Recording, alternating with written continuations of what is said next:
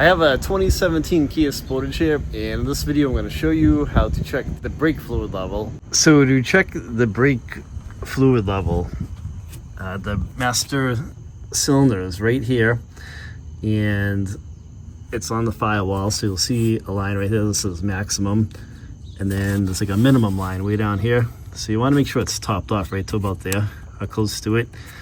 And we're right about there on the fluid level. It's way beyond, the minimum, so it's fine. I'll keep an eye on that. So if you wanted to top off your brake fluid, you'd undo the cap right here, and then you could add in the recommended brake fluid and top it off until it hits the maximum line, until it's even with that, and then you should be good to go. You can put the master cylinder cap back on, make sure it's tight, it locks into place, give it a tug, you should be good. Hey, thanks for checking us out. If you guys have any questions, leave a comment, I will reply back to you. Don't forget to subscribe to the video, and thanks for checking us out. Take it easy.